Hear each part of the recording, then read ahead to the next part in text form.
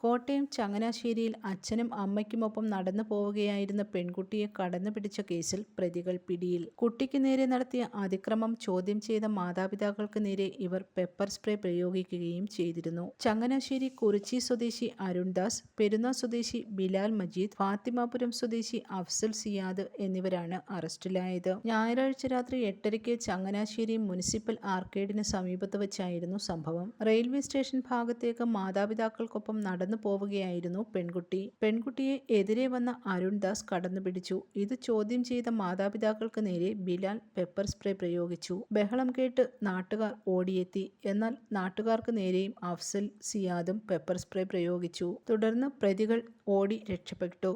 പെൺകുട്ടിയുടെ മാതാപിതാക്കൾ ചങ്ങനാശ്ശേരി പോലീസിൽ നൽകിയ പരാതിയുടെ അടിസ്ഥാനത്തിലാണ് 3 പ്രതികളെയും അറസ്റ്റ് ചെയ്തത്.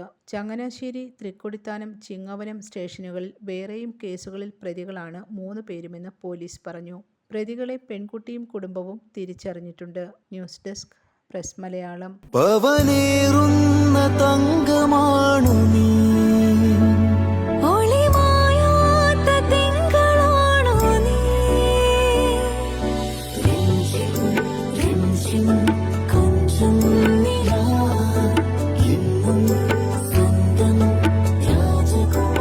Be a Rajakumari Gold and Diamonds, the trust of Travancore.